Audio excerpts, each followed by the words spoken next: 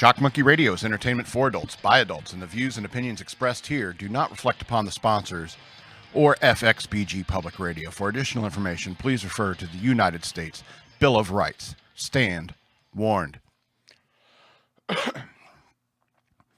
So I was in my house the other day, and I may have been having a few beers, and I was watching, and I was playing this video game, and I was waiting for the slot thing I just hit to zero out before I went to the bathroom, and as I did, I opened the door directly into my face. Thank you, EK. Opened the door directly into my face, and I said aloud, "Somebody clip that." And I tell you, I really hope that when I get to heaven, that there's a clip show I can watch. I can have my friends come over and watch, of all those times where like a shovel hit me in the head during World Changers, or not, almost knocking myself out, get my hands caught in a car door, get my head caught in a railing of the stairs, just a clip show of all those times I opened the door into my face, And so, so if you want to come and see my clip show when we get to heaven, come and find me. I'll be by the joint tree and the Pilsner River, because I think I'm going to try everything when I get to heaven. Do you think you can try heroin in heaven without consequence? Or would it be like it dulls your senses, and so you cannot experience heaven properly when you take heroin when you're in heaven? Because people will say, it's like, and then you'll like run into ex-heroin addicts in heaven who will say, you should have tried it on earth. It really felt like heaven, but it just doesn't match up, because it is heaven after all. So I wonder, will I be able to skydive in heaven without consequence? Because that's the reason why I won't skydive, is because it's a perfectly good airplane you're jumping out of. Anyway, welcome to Shock Monkey Radio. I am your host, the Madman. Although a lot of people on the internet seem to think my name is Chad. I don't know what that's all about. I guess maybe I sound like a Chad, or someone they know named Chad. But they keep thinking my name is Chad, even though I'll have in my profile, my name's Scott, or the Madman, or Shock Monkey Radio. And it's like, even if you look at the show, it's like there's no way you could think that my name is Chad. So I don't really get it, why people keep calling me Chad on the internet. Anyway, I want to remind you to, let's see, should I do another metaphor? Okay, here we go. I want you to stab the like button repeatedly. I want you to hide the murder weapon at the subscribe button's house. All right. Then I want you to go to the cops and say that it was patreon.com/shockmonkeyradio that did it. All right. And you just tell the exact things that you did, but say that patreon.com/shockmonkeyradio did it. And while you're in prison, waiting for your trial and stuff like that, see if you could download some books onto your Kindle. I don't know if they get Kindles in prison or anything like that, but search for the author Scott L. Robbins with 2 T's and 2 B's. And I got the Exit 13 books, the Bunny Years, a memoir, and The Ravings of a Madman. Or you could just follow the links down in the description below. I don't know if they let you watch YouTube in prison. They probably do. Anyway, was that a good enough metaphor? Happy Halloween. I know it's coming up, so I've been doing trying to do scary metaphors this month. So, I went to King's Dominion a couple weekends ago. And I rode the Rebel Yell, and I know it's called Racer 75, King's Dominion. It's the Rebel Yell. I've been riding it for years. It's one of my favorite roller coasters in the world. It's the Rebel Yell. And I got to go on the Rebel Yell with my niece for her first time on the Rebel Yell. And I felt so great about being part of that experience with her. Because that first hill is a doozy, especially for, a 9-year-old, it's, or maybe she's 10 now. I don't know. I don't know when she was born. Anyway, so I love her to pieces, but she's still tiny. And so, what a real trooper for getting on the Rebel Yell. I mean, she had a real adventurous spirit, and I like that about her. And it reminded me a lot of, me being young and riding a roller coaster like that for the first time. And so, yeah, I highly recommend you need to do something like that every now and then. I mentioned skydiving earlier, but even roller coasters will give you that adrenaline rush. Nothing like skydiving, so I hear, but I mean it's still so you'll come out of there and you're just like, wow, I lived through a crazy experience. That was wild. And you feel invigorated, you feel alive, you feel young, and it really is a good thing to do every once in a while. Scare yourself. Absolutely. Scare yourself and have a happy Halloween. All right. You want to read a Bible verse? I was thinking about the story the other day. There's some things I want to say about it that, when I talk about these biblical things, I do kind of get like more views on them because, a lot of people have interest in the Bible and so forth. And, I also get pushback on the way I joke about the Bible.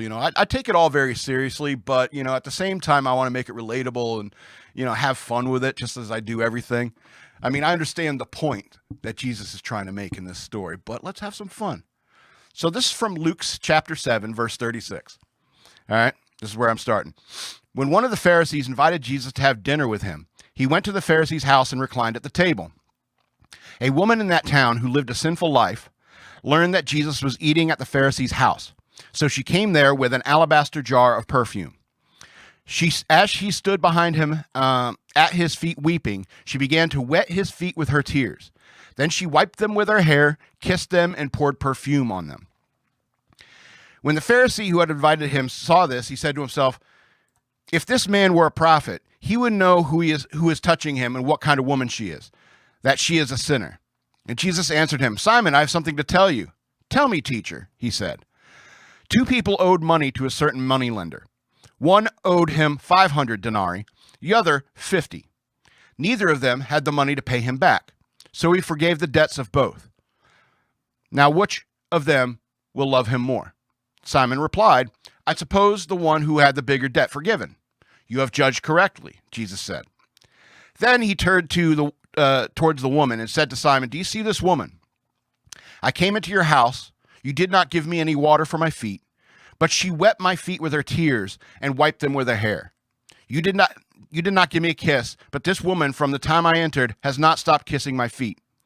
You did not put oil on my head, but she has poured perfume on my feet. Therefore I tell you, therefore I tell you, Jesus didn't say therefore I tell you. Therefore I tell you, her many sins have been forgiven, and her great love has shown. But whoever has been forgiven little loves little. Then Jesus said to her, your sins are forgiven. And the other guests began saying among themselves, who is this who even forgives sins? And Jesus said to the woman, your faith has saved you. Go in peace. And that's the end of the story. Luke chapter 7, verses 36 through 50. That's the Jesus being anointed by a sinful woman. And the sinful woman in Jesus' time was quite often a lady of the evening, a prostitute, And so it's interesting because she came in there and she probably, here's the basic question. Was she a prostitute with a foot fetish? Or was she a prostitute who exclusively serviced people who were into having their feet fetishized? All right. I know this is a weird left turn coming out of this story, this amazing story about forgiveness and love and how, being forgiven, So my point is that maybe this prostitute was like the best foot girl in all of town. You know what I'm saying? And so the whole argument about 500 denarii or 50 denarii, that could have been an argument, about, it's like, some people pay, 500 denarii for this kind of foot fetish stuff. 50 or 500. I don't know. How good is she? She brought perfume and everything. Wiped it with her hair, kissing the feet, the whole foot worship thing.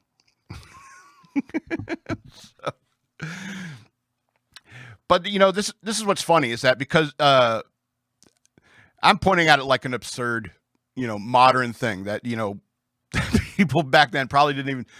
Maybe there were foot fetish people back then. I don't know. But what I'm saying is that, it's interesting because Jesus was frequently, pissing people off, like the Pharisees and so forth, because he would associate with these people, with sinners, quote unquote sinners.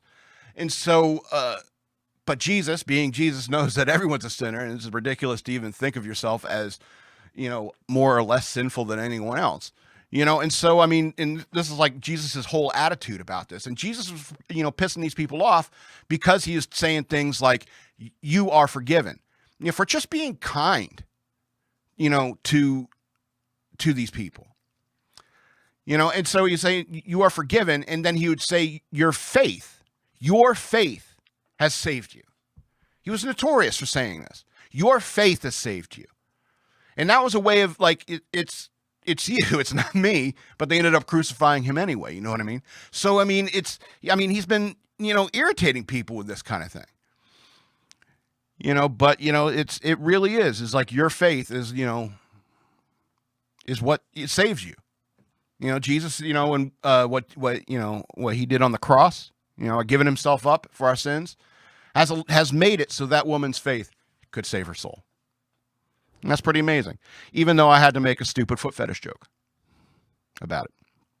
Okay. Sorry. Anyway, I want to talk about a couple movies I saw over the last couple weeks.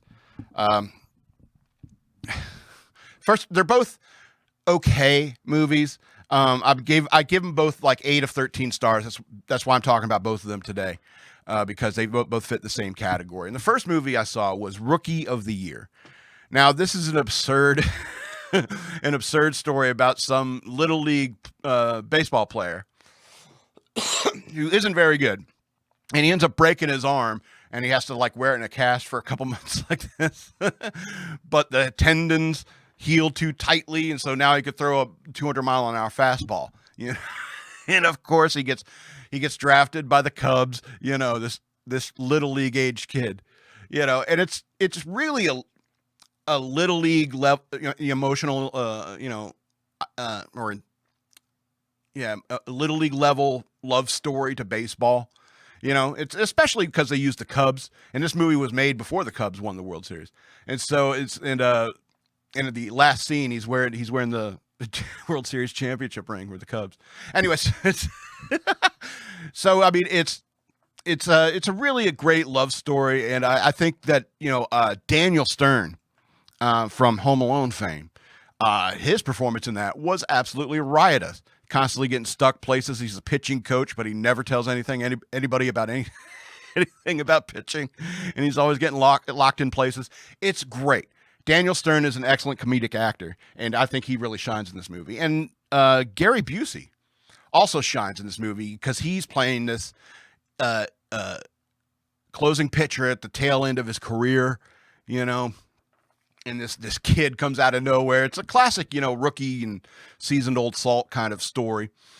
And one of my favorite scenes in the movie, the reason why I got bumped up from like 5 stars to 8 stars, is because there's a scene where the coach says to Gary Busey, because the kid's faltering, they're getting a couple hits on him, and he says to Gary Busey, go out there and say something to him. Go out there and say something to him. So Gary Busey comes out there and he's talking this craziness. He comes in there and he says, look, kid, there's 2 different things in life. You got the have tos, and the kid's like, have tos? Yeah, you got to have the have tos, because if you don't have the have tos, because that's where the truth is.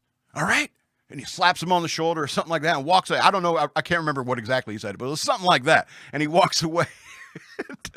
And as he's walking away, Gary Busey's saying, like, what the hell was I talking about? And as he's walking away from the mound, he turns to the kid. Camera's on the mound. The kid's like, what the hell was he talking about? But then he started pitching better. And so he comes back to the dugout. Gary Busey comes back to the dugout. And the coach said, what'd you say to him? He goes, you wouldn't understand. And that's baseball. Okay. And so I think that's why I think that movie is an 8 of 13 stars movie. It's a little ridiculous. It's a little immature at times. He does like little league, bush league stuff and gets people out. And so pretty good movie. I'd never seen it before. And, as a baseball fan, I feel like I I have to, kind of know all the baseball movies. And so, yeah, we got the World Series coming up, by the way. And, I can't bring myself to root for the Phillies because of Bryce Harper. I'm still holding a grudge. And so, go Astros, I guess. All right. The second movie I want to talk about, also 8 of 13 stars, is Grease 2. Are you done panicking? I know a lot of people pan this movie because it's not Grease 1. Grease, the very first movie, was epic. It was great, It really was. But you got to understand, like, Grease 2 is a whole different movie. All right, it's its own thing. And so my question is, what happened to the T-Birds? What happened to them? Look, there's this weird sort of relationship between the T-Birds and the Pink Ladies I don't understand.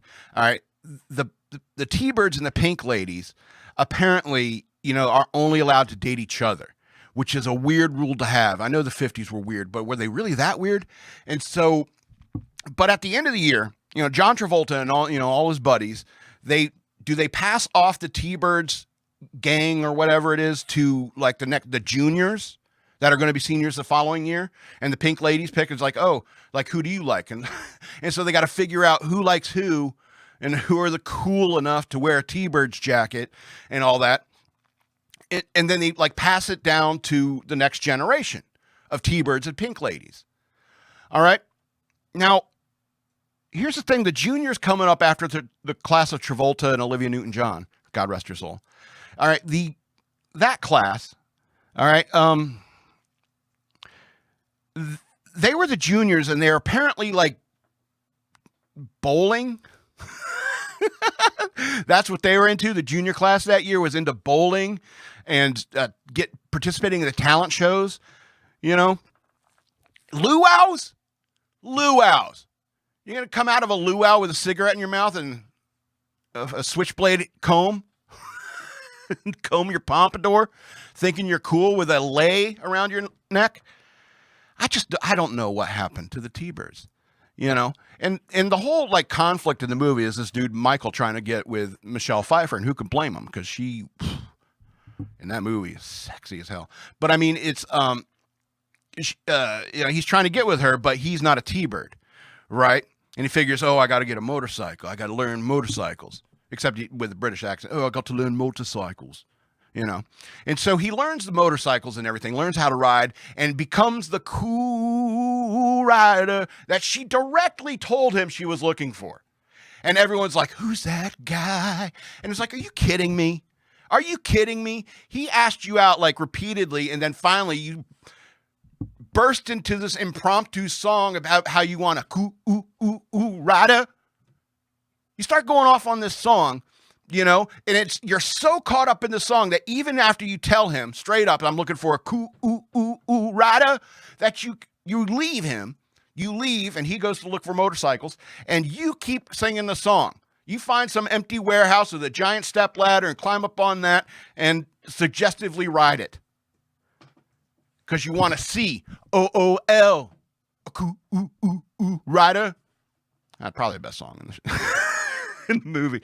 But my point is that then, the cool rider shows up and everyone's like, who is that? Who could it possibly be? Who have we been giving all this money to write our book reports for us? And it's funny. It's like all these exchange students back in movies, like in the late 70s, early 80s, were always super smart, even if they're from England. And so, I mean, it's, I think it's, it's really its own movie. A lot of the songs it's way more suggestive than the first Grease. And the songs are mediocre at times. There's a couple of good tunes. I mean, Let's Bowl is good, but is that T-Bird cool? I don't know. What the Pink Ladies do, the Girl for All Seasons, they really brought it to the ball that time. And then Michelle Pfeiffer's ruins it with their weird impromptu solo. Apparently that's a thing of hers. She'll just launch into some solo that nobody's, thinking of. And she's like, that's not even the same key, Michelle. Or what was her name in that? Stephanie. It's not even the same key, Stephanie.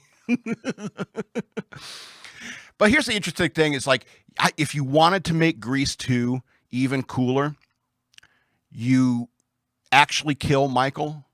Spoiler alert, I know. You actually kill Michael at the end of the movie, but then he makes a deal with the devil, and his head like bursts into flames, and he's the coolest rider ever, And so, and you change the movie, you call it like Grease 2 / Ghost Rider #0, and it could be like Ghost Rider origin story, and he comes with the flaming head.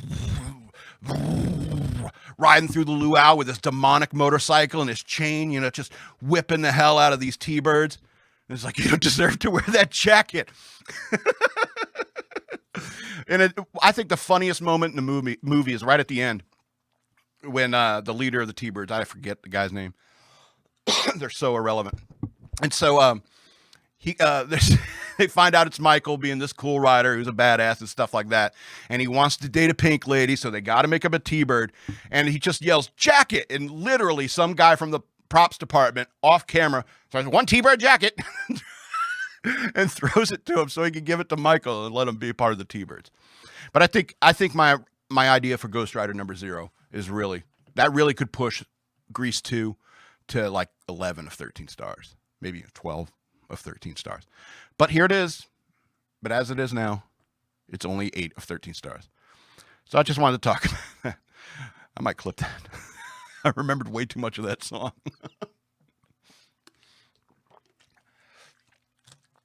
All right, so I'm going to talk about something for a little while. If I have to skip some topics or rush through the news, we're going to do that. But there's something I want to talk about, and some of you out there may think that, oh, geez, Madman, why are you covering something so basic as how to be a friend? This is basic stuff. And it kind of is for, I guess, people my age or grew up in my generation and stuff like that. But I saw a video a couple months ago, and it's really been eating at me. And I think I saw it on a Tim Pool video where it had this young lady, I think it was. You can never tell in the modern era. A young lady sitting in her car, and she's crying because she can't find a friend. And she's like pleading onto the internet, like on TikTok or something like that, YouTube or something. One of these. It's just crying. It's like, I want to hang out with you. I want to be your friend. I just am looking for a friend. I got a car. I got gas money. I can pick you up. I just want a friend. And it's heartbreaking to me. It was very, very heartbreaking to me. And it's been eating at me ever since I've seen it. And it's so sad that there's probably people, young people in this world who've never really had a friend and don't know how to be a friend. And I might cry just thinking about that. It's heartbreaking to me because, I can identify with it. I moved around a lot growing up. Frequently I'd, be at a new guy in a new town and a new school. No friends. I'd have to meet people. Eventually I did because, even if being weird and, borderline autistic in the 80s, I still learned how to be, friendly, these are skills you can learn, and it's a shame that there's these, because I think it was hard back then making friends, but now in the modern era with the internet and social media and everything, it's way more difficult. And they're just not teaching these social skills anymore to people in schools. They're teaching them how to be little activists, They're not teaching them important stuff, like how to be emotionally healthy by being a good friend, And it breaks my heart that, they live in this kind of world. And our society kind of teaches us to try to relate to the internet, try to relate to some social group on the internet. And no, you make friends with the people you're around. You hang out with people you're around. You could sit there and cry into TikTok all day long saying, I would like a friend, but 90% of the people on your friends list aren't within driving distance. That could realistically be possible. You could have, 500 friends on Facebook, but how many of them are real friends? Real friends. Now, as you know, last week we didn't have a show. And that was because my friend EK, was ill. He wasn't feeling very well. He's still not well. He's crashed out in the on the couch in the green room right now, or is he in the white room? with black curtains at the station. Yeah, that's where it is. So he's still, not feeling well. He's still recuperating, but he was kind enough to start up the show, and I'll have to close it down and everything and lock up the studio as I leave, And, that's what you do for a friend. And, that's the point. That's how I know he's a real friend. Yeah, he's in my friends list on Facebook and et cetera. Follows me on Instagram and all that. But, let's be honest. It's like 1 to 5% of the people on social media are actual friends. Granted, there are people on my friends list that are like far away, that are still friends, like who could show up at my house tomorrow. I got everything I own. My wife kicked me out. Can I stay with you for a couple of days? And absolutely. We go way back, it's like, especially like guys I was in the Navy with, and Chaz, if you showed up one day, it's like, yeah, man, you could sleep on my couch. Absolutely.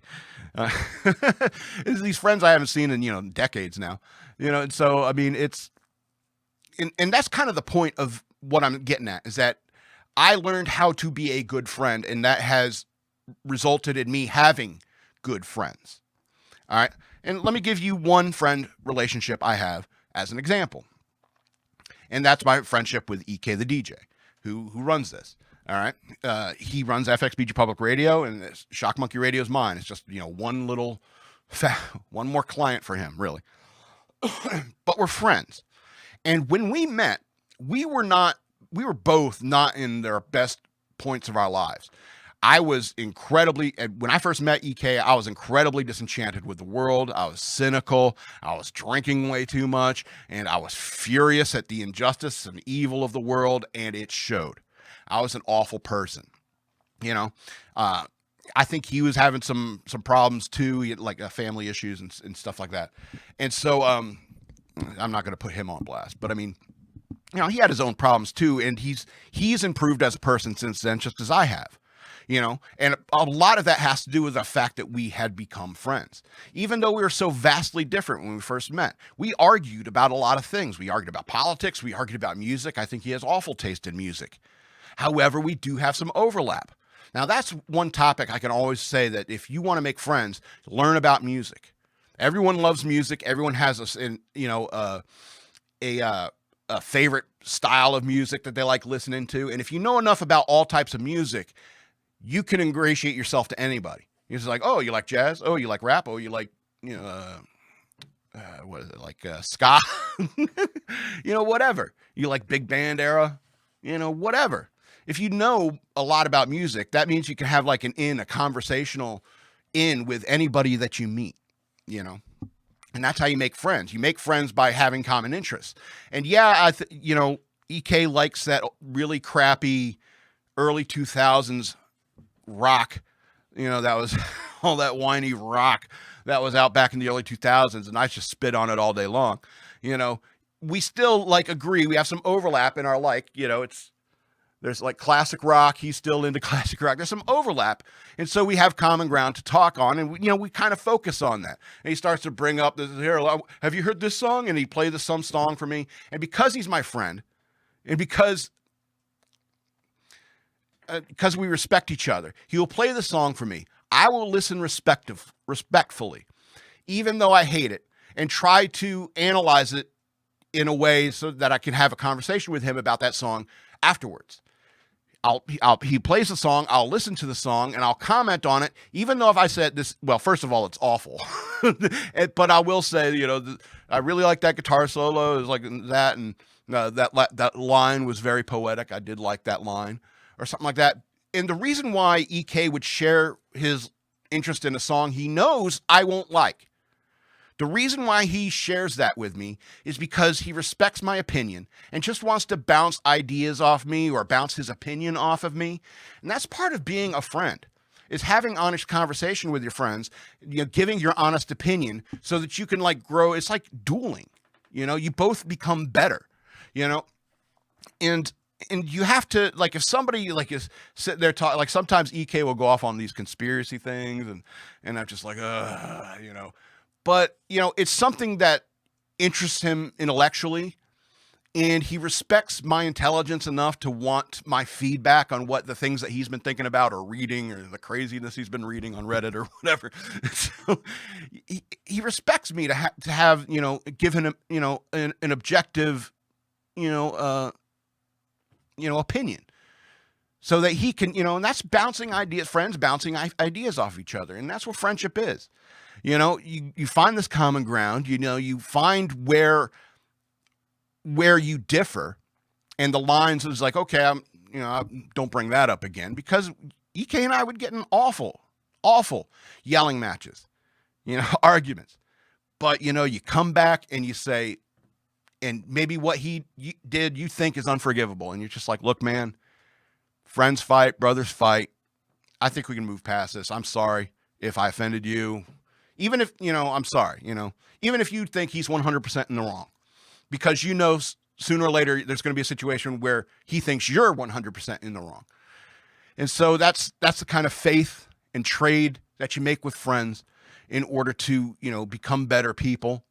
And it's far more rewarding to have a friendship like that. It's to have relationships like that because of your disagreements. If you hang out with people who only agree with you, there's no way you can grow as a person, because it's like, it's what they call like the echo chamber. This is what they talk about.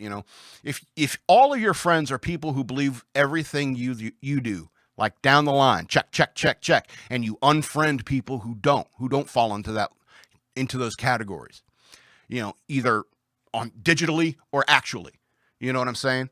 And you don't hang around them anymore. You're not going to be challenged. You're just swimming in the same shallow end of the pool for the rest of your life. All right. And because of differences I've had with my friends over the years, with Jonathan, with Nick, with EK, Charlie, Jason, there's a lot of names I can list. People out there that I've had disagreements with, but could show up at my house today. And they could all show up at the same time. It was like, hey, you invited us. And it's like, if you could find floor space, yeah, absolutely. The cat's gone. I know, of those people I named, there's 2 people have the cat allergies. So that's what I mean. Friendship is, the cat's gone. There's no more cat. But they'll still get allergies. They'll come over. It's like, I have friends with cat allergies. They'll still come over, and they'll come in my the downstairs where the cat lived the most, and they'll still like, I can't stay here. And it's like, the cat, we've shampooed this carpet like 8 times since that cat died. So if you want a friend, it's about being a good friend. When EK said he was sick, I called him right away. Yeah, when I found out he was sick, I called him right away. I said, you want to cancel the show tomorrow? He said, yeah, I'd appreciate it. Done.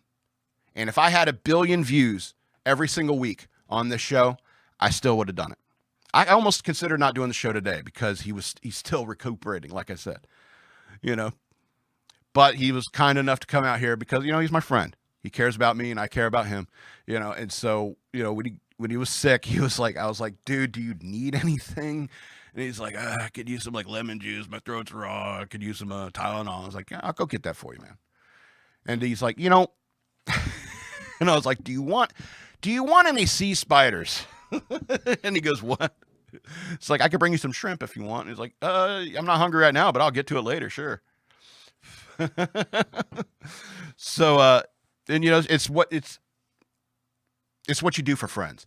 His birthday was recently. And so, and he was the one that taught me, because I was never really good at giving gifts. I'm never really great at, or gift positive, if you will. I think it's stupid to give people gifts, but he's the one that told me, is like, the gift is a physical representation of, that you care.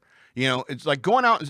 It's why the greeting card company is so big. It's because you went out somewhere specifically. It's like, I want to send this message to somebody I love, because I let them know that I'm thinking about them. That's the whole point. It's like, I went somewhere looking for the perfect thing to say to you. And so, I mean, and when you give somebody a gift, that's a physical representation of your affection, your love, your friendship, and so forth. And so, he taught me to be a better friend. And we're all works in progress. We're all trying to get better, and having a friend can make your life better, both of your lives better. And so that's why it breaks my heart that there's maybe some kids out there who don't know how to be a friend. Common interests. I highly recommend doing what I did and trying to develop your sense of humor. Watch comedians, watch stand-up comedians, watch comedy movies, listen to Weird Al Yankovic, every single song Weird Al Yankovic ever made. You ever hear Dr. Demento? Find everything you can on that. Listen to morning radio guys from the 90s. All right? That's the stuff I did. Read books written by Norm Macdonald. You'll start to figure out how humor works because everybody in this world wants somebody with a sense of humor. It's like, what do you look for in a guy? What do you look for in a girl? Sense of humor, sense of humor, sense of humor. Everyone loves somebody with a sense of humor. People like John Candy don't become popular because they have a really great ass. You know what I mean? Sense of humor is always a good thing. People love hanging around people with sense of humor. And honestly, without my sense of humor, I probably wouldn't have even made friends with half these people I've mentioned. Probably not even EK because back then, I was very cynical, very dark at times and angry, but also there was still that humor edge in there. And it would be like Joker-like. It's so terrifyingly evil thing he's just said, but I kind of want to laugh at it. It's so, and that's how you end up with a nickname like Madman. Anyway, so yeah, if you want friends, be a good friend. All right. I'm going to skip this thing about honor, courage, and commitment because I can talk about it next week, but it's just like a supplement to like chivalry and stuff like that. Something the core values of the Navy, honor, courage, and commitment. I'll talk about that next week though. So, yeah, we'll just go into the news worth knowing about half hour point. You're not going to see a little thing. EK's sleeping in the white room.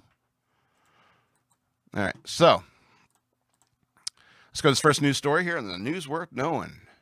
North Korea warned of unparalleled response from U.S., Japan, South Korea if it launches its 7th nuclear test. North Korea was warned on Wednesday that there would be an unparalleled response from the U.S., Japan, and South Korea if it conducted its 7th nuclear test this year. The warning comes not only after Pyongyang conducted a series of unannounced missile tests earlier this month, including a ballistic missile launched over Japan, but as the U.S. and its Asian allies fear it could be planning nuclear bomb testing for the first time since 2017, according to Reuters. Quote, we agreed that on an unparalleled scale of response, it would be necessary if North Korea pushes ahead with its 7th nuclear test. South Korean First Vice Foreign Minister Cho Hyun-dong reportedly told a news conference in Tokyo on Wednesday. If I screw up any of these names, these proper nouns, I'm sorry. Asian languages aren't my forte. Cho's comments were issued while standing next to the Japan's Vice Foreign Minister Takeo Mori and the U.S. Deputy Secretary of State Wendy Sherman. That's an easy one. The government officials did not go into detail as to what measures they would take to respond to North Korea if it did conduct another nuclear test. However, Washington and its allies' responses are likely limited given China and Russia's veto earlier this year that blocked additional U.S. Security Council sanctions on Pyongyang for the first time since 2006. Increased joint military drills in the region have also not deterred North Korea from continuing with its military ambitions despite its repeated violations of the UN Charter. Quote, we urge North Korea to refrain from further provocations, Sherman told reporters Wednesday, adding that they are, quote, reckless and deeply destabilizing for the region. That's very terse. Went on to say, anything that happens here, such as North Korean nuclear test, has implications for the security of the entire world, she added. We hope indeed that everyone on a Security Council will understand that any use of a nuclear weapon will change the world in incredible ways. Indeed. Chinese Foreign Ministry spokesman Wang Webin, responded to the comments by reportedly calling on the West and its regional allies to acknowledge the root causes of a long-standing impasse and to address the concerns of all parties involved. That's an interesting phrase. I'm going to highlight that and we'll come back to it. All right. And address all the concerns of all parties involved. Comments that echo China's controversial stance when it comes to Russia's war in Ukraine.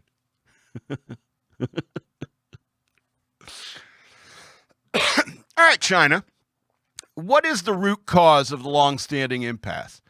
I think it's because you are human rights abusers. You are awful, awful people in your government. Your government is awful. Let's be honest. The root cause of the long-standing impasse? Look how rich South Korea is compared to North Korea. Look how rich Japan is. Get out of here.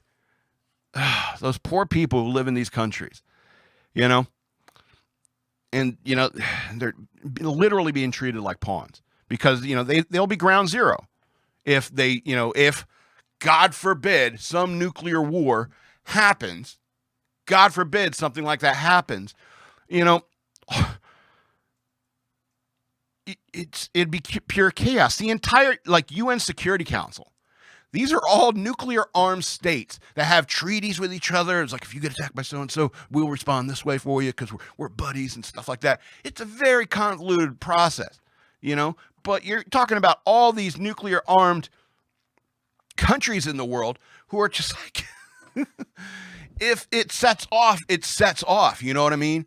And that's why, Putin's under a lot of pressure to, end this thing in Ukraine quickly, and he keeps threatening nukes. But he knows that if he uses nuclear weapons, it's not going to be good. It's not going to be good for anyone. And this is why we need to elect sane people into our government to deal with these people.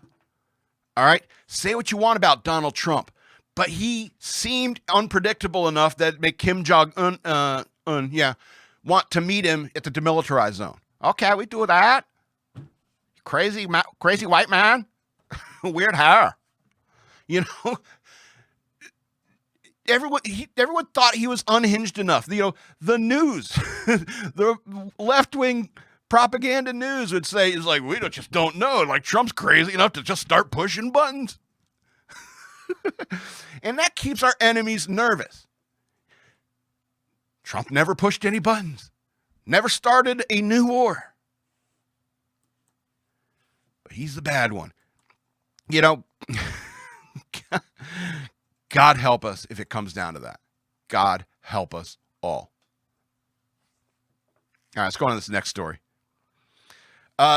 Transgender high school volleyball player appears to feature Spike, that injured opponent, in her highlight reel. His highlight reel, I should say. A North Carolina school district voted last month to forfeit all high school girls volleyball games against a rival school which rosters a transgender athlete. Good for them. The transgender athlete from Highlands High School spiked a ball into the face of a girl from Hiwassee Dam High School who reportedly suffered head and neck injuries. The Cherokee County Board of Education forfeited the contest due to safety concerns. A YouTube video was posted on October 1st that appeared to be the athlete's highlight reel. High school athletes often make reels for college recruitment. Yeah, I imagine so. Video was posted after the vote on September 21st, but before the story became national news. Fox News First reported the story on October 21st. David Payne, Hiwassee Dam's athletic director, supported the decision, and Vice Chair Jeff Martin felt that, quote, there is a competitive advantage and a safety concern for certain teams. It's not the same for all teams. Payne believed a statement needed to be made that it's unfair and unsafe, while also saying there were mixed feelings from players and parents about facing Highlands in the future. Transgender athletes competing in women's sports have become a controversial topic, especially after Leah Thomas, a biological man, won the NCAA championships in women's swimming earlier this year. Several states have passed laws requiring athletes to participate in sports based upon their biological sex, as they do. Wasn't there a movie called The Ringer? Yeah, 2005. That's a ringer. When you have a transgender woman on your volleyball team, you have a dude on your team. That's a ringer. And you're saying, no, it's really a woman. Sorry. That's a ringer. And so I can't believe how difficult. I mean, because women are getting hurt. You know, even in like MMA. You know, everyone remembers. I forget the name of these people because I don't follow MMA. But you know, basically a man fighting a woman. It's not cool. It's not cool at all. It's almost as controversial as Andy Kaufman's wrestling stunts. All right. It's slightly more controversial than that, I would say. Because, you know, everyone knows wrestling is fake. But I mean, fake-ish. All right. And there was another movie. Was it The Benchwarmers? Yeah. Where there's one of the other teams, they hired this, like, professional ball player to come and put on this little league thing, and they bribed an umpire saying he's 15. You know? And so he's out there drinking liquor, like, Maria, why did you leave me? Striking out these 8-year-old kids and stuff. That's a ringer. And I'm sorry, it's like there's a reason why there's a divisions in sports, divisions between males and females. All right. I'm not saying that there aren't women that can't beat me on one-on-one basketball. Of course there are. Some of them get locked up by Russia. Brittany Griner would school me. She would break my ankles on the basketball court. And good for her. But you know what? You know, there's Bryce Harper can also hit the ball farther than me. But I hate him too. I'm sorry. But the point is that, when you're competing like physically against like males against females, it's wrong. It kicks in the masculine urge in me is like, I cannot believe I'm sitting here watching a man hurt a woman like that. You have no business being on that court. You know, it's just frustrating that, you know, this nonsense is still going on. Seeking friend for the end of the world. Anyway, Rubio canvasser attack. All right. Second suspect arrested. Police say he confronted the victim for being a Republican. Now, this is an update to a story that came out earlier this week. I think yesterday. So police in Hialeah, Florida, or is it Hialeah? Hialeah, Florida, have arrested a second suspect for an alleged assault on a canvasser for Senator Marco Rubio of Florida, who's a Republican, obviously, which took place on Sunday night. According to an arrest affidavit obtained by Fox News Digital, Jonathan Alexander Casanova and Javier Lopez in attacking the canvasser. Joined Javier Lopez in attacking the canvasser. The document also noted that the canvasser told police that Casanova told him that he could not pass through the area because he was a Republican. Quote, after tirelessly working to bring justice to the victim, Hialeah police detectives have arrested and charged Jonathan Alexander Casanova for the attack, which occurred on Sunday, October 23rd, 2022. Sergeant Jose Torres said in a statement to Fox News Digital. The arrest affidavit says that the victim, who has been identified as by local media as Chris Monzon, was walking in the neighborhood handing out flyers for Rubio and Governor DeSantis when Casanova and Lopez were blocking the sidewalk. Following an argument, the affidavit says Lopez, quote, rushed the victim and threw him to the ground, and then Casanova began to kick the victim in the head while he was on the ground. While Casanova kicked him, Lopez punched Monzon in the head, police said. The affidavit says witnesses then pulled Casanova off of Monzon, and then Casanova released 2 German Shepherds from his car and walked with them over to Monzon, who was on the ground, and began to give commands for the dogs to attack and bite him. These guys are real charmers. The police document says neighbors eventually separated everyone involved, but Casanova fled before officers arrived at the scene. The affidavit says that Lopez identified Casanova to police and that the Monzon later identified Casanova in a photo lineup. Monzon also provided a sworn statement on video, which is when he said Casanova told him he could not pass because he is a Republican and threatened to have his dogs attack him. Jeez Louise, this is awful. Monzon said in a statement that he tried to walk around Casanova and Lopez, but that Casanova then told him he was not allowed to walk around the neighborhood and threatened to shoot him if he continued. Monzon said that he was on public property. According to the affidavit, surveillance video corroborated Monzon's sequence of events, quote-unquote sequence of events. It's also noted that Monzon suffered a fractured orbital bone nasal sinus fractures, and other underlying injuries. Jeez Louise. Torres said that intelligence gathered by detectives led police to locating Casanova at a park in Miami Beach where they apprehended him. Yeah, so the incident drew national attention after Rubio tweeted about it on Monday. Yeah, so it was Monday. Okay, the GOP senator said that at the time that the canvasser was attacked by 4 animals. It is unclear if this is meant to that more suspects were believed to be involved, or if this is referred to Lopez, Casanova, and the 2 dogs. I don't know, this seems pretty clear to me. When asked by Fox News if police are looking into any more suspects, Torres said that their investigation continues. Detectives are pending other witnesses' statements and video, and I just want to make sure that every person involved in the beating is brought to justice, Torres said. All right. So, this is awful, obviously. Here's the thing, though. Over the last 10 years, at least the last 10 years, the left has been calling, Republicans Nazis. They're all the Republicans are Nazis. And Nazi. They can't even think of another, metaphor, simile, or what is it, comparison. You could be out there. They're all like Maoists out there. They're all like Stalinists out there. They're all Pol Potian. I don't know how they don't even understand what happened in Nazi Germany. They don't see that what they're doing is exactly what the Nazis did. They don't understand. It's like the Reichstag fire. They're like January 6th, and we're like Reichstag fire. And they're like, what's that? January 6th. And we're just like, how are you not getting this? It's like, did everybody sleep in civics? Apparently, it seems like Tim Pool and I are the few people who stayed awake. Obviously, others. But I mean, how many people slept through civics class? Through history? Why have you all lost your minds? And you trying to vilify a whole party to the point where people are getting beaten in the streets for what they believe in for politics, their political beliefs. That's insanity.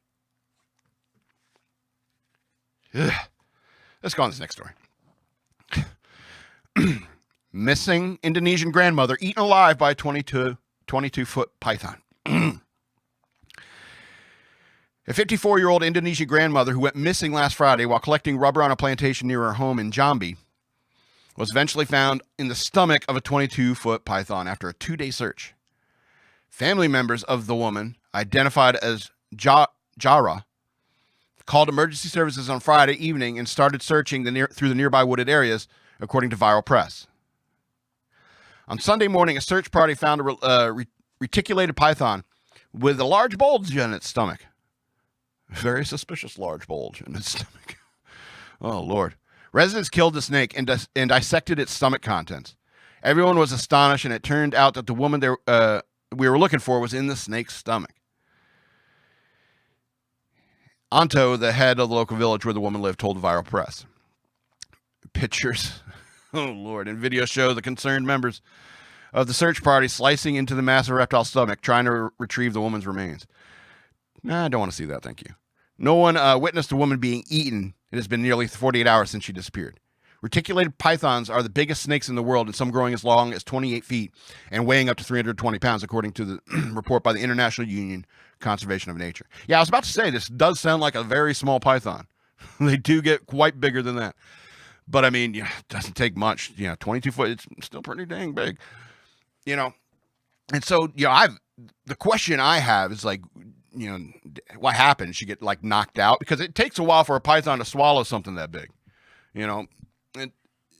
Well, first of all, it goes to show Indonesia is a terrifying place with giant snakes, apparently. So, just trying to find some rubber. Next thing you know, you're in the snake's stomach. I'm not going to elaborate. Anyway,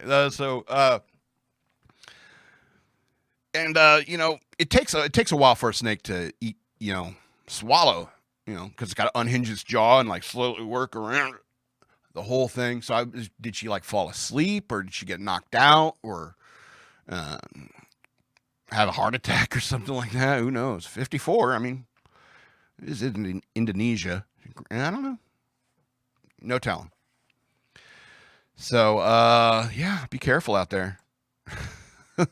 People, I was thinking about this vegan I ran into. It's like, how do you eat meat? And I'm just like, you know, why are you pretending that every creature on this earth doesn't wish us dead? these humans are in the way. You know, my uncle Bambi was just running through the woods, minding his own business, and gets hit by a car with one of their weird stone lanes that they make. Anyway, let's move on to the 2 happier stories before we get out of here for the day. 3 Utah climbers rescued in miracle on Mount Olympus during a storm. And I've told you I like these rescues that involve helicopters and stuff. It reminds me of wishing I was being like a rescue swimmer in the Navy or something like that, riding on helicopters and saving people. Anyway, Utah climbers pinned down on a slab on Mount Olympus during a storm were rescued Saturday night in what officials said was a miracle. And they're not kidding. The trio was stranded on the west slabs of the mountain in Salt Lake County on Saturday evening, 100 feet below the summit. The Salt Lake County Sheriff's Search and Rescue said. The climbers were hypothermic when rescuers tried to reach them via helicopter but had to turn around due to icing issues. That's not good. You'll lose the helicopter and everyone on it if it ices. So that's tough. So 2 ground teams were also deployed, but the dangerous weather forced each group back as well. Officials determined that weather conditions were too dangerous to send ground teams up to the slabs, and that they would instead send teams up the normal summer trail to spend the night near the summit in case there was a break in the weather overnight. With the temperature supposed to drop to 20 degrees in the night, the 3 needed a miracle to make it through, the agency said, and it happened. Officials said that their chance to reach the stranded climbers came at around 10 p.m. when the weather broke. The Utah Department of Public Safety helicopter hoisted the climbers off the slabs. All 3 were hypothermic for spending 5 hours in the storm while wearing only light rain jackets, officials said. No update on the climbers' conditions was immediately available. Wayne Bassam with Salt Lake City Search and Rescue, Salt Lake County Search and Rescue, told Fox 13 Utah that during what is known as the shoulder season, weather could change quickly and climbers must be prepared with proper gear and clothing. If you're not dressed properly for it, it's a game changer. Boom, right there, said Bassam. You need to have your summer gear. You need to have your winter gear. You just need to have everything you got in your toolbox. Yes, sir. I like that top comment. It says, I'm glad they're safe, but they should have to pay monetary expenses. Yeah, I kind of agree because, you know, it was kind of their fault for being underprepared. I don't know if you know anything about camping in like extremely cold weather, but I mean, it gets cold out there at night. I mean, real cold. And you need specialized gear in order to sleep overnight if it's like 20 degrees and below, you know. And people do camp in those conditions, but you need to have the proper gear. You know, you need to have the proper gear or you will die. You know, people like it's like that vegan. It's like every single animal wants to kill us on this planet. It's like, how can you be so peaceful? Even nature itself wants to kill us. There's tons of people in Florida right now who would agree with me. Yeah, nature hates us. Anyway, let's go to the last story before I get out of here for the week. All right. Virginia surfer helps save a man in cardiac arrest. People surf in Virginia? Anyway, that was my first reaction after reading the headline. Let's read the story, find out what actually happened. Okay, Todd and Donna Rowan woke up early October 2nd, and Donna took pictures of the sunrise and drank coffee before the couples hopped on their beach cruisers. They rode from their condominium near Rudley Inlet to Croatan Beach, parked their bikes and kicked off their shoes. Is this the beginning of a romance novel? Okay, still on Fox News. Okay. As Donna, 58, and Todd walked barefoot along the shoreline, they watched surfers and dolphins enjoying the water. The waves were big from the remnants of a recent hurricane. Todd, 59, noticed a ship in the distance and birds flying above. So we see the ages of these characters. Donna's 58 and Todd is 59. But it sounds like a romance novel so far. Let's keep reading. A perfect Sunday morning, Todd thought. But in an instant, everything changed. The Rowans couldn't have known Todd's heart would stop beating. Ooh. This story's ramping up. Okay, Todd's heart stopped beating. And who would have been there to help? But believe what, or who would be there to help? But believe what happened that day was meant to be. Okay, this is a really bad romance novel. All right, what happens next? At first, Donna thought her husband was joking. Did he just fall face first into the sand? She quickly realized this was no joke. Todd was turning blue. Donna shook him. I screamed his name and screamed for help. God, please help Todd. Tyler Volpe, a surfer, was in the water when Todd collapsed. Another character. Interesting. Volpe is a physician assistant who works in Virginia Beach and lives in Croatan. He was eager to surf that morning because the wind had just died down and the waves were glassy. He was enjoying it so much that he stayed nearly 2 hours, much longer than planned. Then Volpe heard Donna. I knew it wasn't a normal scream, he said. Volpe saw a body on the sand and several other surfers propping it up. I came flying out of the water, he said. He threw his surfboard down and started sprinting. Paul Roy, 24, a healthcare worker at a local hospital, also had been surfing that morning. He was one of the 3 men already with Todd near the water's edge. Volpe saw Todd was blue and started chest compressions. Roy began breathing into Todd's mouth, and then they switched, which is how you're supposed to do it. Excellent. A woman on the beach put her arm around Donna and prayed with her. Excellent. I really thought he was dead, Donna said. Volpe asked the 2 other men to lift Todd's legs to increase circulation. Excellent idea. As Roy and Volpe continued CPR, Todd gasped a few times. Come on, Todd, wake up, man, the men said. Whew. The tide is starting to come in. The other surfers were using their boards to form a barrier between the rescue effort and the water. Someone called 911. They kept him alive until the ambulance got there. Donna said, it could have been 2 minutes, could have been 10 days. I was watching my life end with his. Whew. This does sound like a romance novel. Todd had gone into sudden cardiac arrest, and when paramedics arrived, they used a defibrillator to shock his heart and restore his heartbeat. On the second shock, he regained consciousness, Volpe said. I've heard people say that, CPR doesn't do anything. It's the defibrillator. that really works. And they have a point. Anyway, cardiac arrest can kill you within minutes. Chances of survival increase with immediate help, including CPR. And CPR really just keeps your blood flowing and your lungs working while you're waiting for a defibrillator. The Rowans have been married for 34 years. They live in New Jersey, but also own a condo near Rudy Inlet because 2 of their 5 children live locally, and so they enjoy visiting the beach. When they're in town, they ride bikes and take long walks. They've arrived at the end of September. They plan to drive back to New Jersey that Sunday morning, but decided to first take a walk on the beach. Thank God we didn't leave because it would have happened while we were driving home. Yeah, good point, Donna said. Back on the beach, the paramedics carried Todd over the dunes and through a yard into the waiting ambulance. Donna realized that she was still barefoot. A Croatan resident brought her a pair of shoes to wear to the hospital. 2 days later, Todd had a quadruple bypass heart surgery. Oh, Lord. While he was recovering, Donna posted a message on Facebook asking if anyone knew the surfers who helped her husband. They wanted to thank them. Of course they did. The Rowans connected with Volpe and Roy via online messaging and text. Now Todd is back at his condo at Virginia Beach and regaining his strength. Volpe returned to Todd and Donna near the gazebo outside of their home. Roy plans to meet them soon too. What are you doing? Volpe asked Todd. I'm doing well because... How are you doing? Volpe asked Todd. I'm doing well because of you, Todd said.